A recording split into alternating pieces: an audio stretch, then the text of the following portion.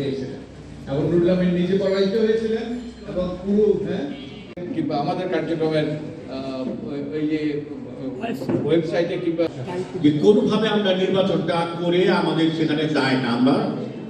আমি এই কাজটা করেছি, একটা ফুল কোয়েশ্চেন নিয়ে এবং এখন আমি যে কাজটা করছি উনি এই যে সেটা ঘোষণা করেছেন, তা আমি মনে করেছি সমাধানের দিকে যাবে। আমাদের মাঝে অনেক নির্বাচন পরিবর্তন হবে। আর আমরা আমাদের তো চুপ থাকলে চলবে না, বারবার জাগলো বাড়তে হয়তো যদি বলতে আর কিছু নেই। আপনারা হয়তো অনেকেই অবগত আছেন যে না আইফানের সময় না, আইফান তো 60 তাও কোনো প্রতিকার পায়নি এবং আমি নিজে গিয়ে তাদের পক্ষে দাঁড়িয়েছিলাম। দুর্ভাগ্য এবং এই যে টাকা ছড়াছড়ি হচ্ছে, যারা প্রার্থী হচ্ছে তারা বিলবোর্ড এই সমস্ত সেই আশাবাদ ব্যক্ত করে এবং আজকে আমাদের দ্বিতীয় পূর্বে আমাদের সংস্কারের বিষয় কিন্তু এই গণভোটে অন্তর্ভুক্ত। আপনারা জানেন যে তত্ত্বাবধায়ক সরকার ব্যবস্থা, আমি আদালতে গিয়েছি পঞ্চদশ সংসদ বাতিলের ব্যাপারে, ত্রয়োদশ সংসদে ফিরিয়ে আনার ব্যাপারে, ত্রয়োদশ সংসদে ফিরে এসেছে। আমি লিড পিটিশনার ছিলাম। নতুন এবং ফিরে আসা গ্রাহকদের জন্য নগদে চলছে ক্যাশব্যাক সহ প্রতিদিন হাজারো উপহার জেতার সুযোগ। হবে আশা আর ফেরা, সারপ্রাইজ সেরা।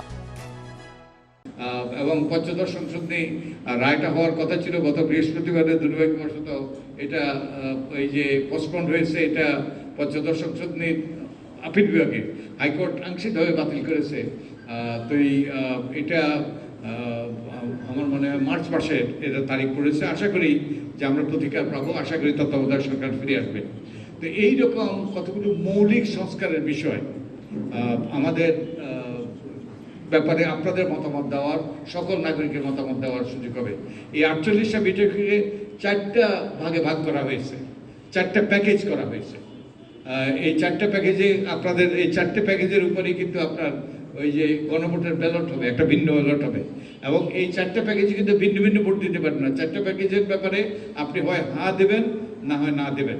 হ্যাঁ ভোট মানে আপনি সংস্কারের পক্ষে, না ভোট মানে আপনি যেইভাবে চলছিল সেইভাবে চলবে, ওই যে স্বৈরাচারী কাঠামো অব্যাহত থাকবে। তো এই দুঃখজনক হলেও সত্য যে সরকার যে প্রচারণা চালানোর কথা চালায়নি এবং চালাচ্ছে না। আমি শুনেছি তারা প্রস্তুতি নিচ্ছে। তো সরকার হলো একটা জগদ্দল পাথর, এই জগদ্দল পাথরকে সরানো বড় দুরূহ। তো আশা করি যে সরকার প্রচারণা চালাবে। আমরা সুজনের পক্ষ থেকেও আমরা চেষ্টা করছি, আমরা প্রস্তুতি নিচ্ছি। আমরা শিগগিরই এবারে গণভোটের ব্যাপারে প্রচারণা চালাবো, যাতে মানুষ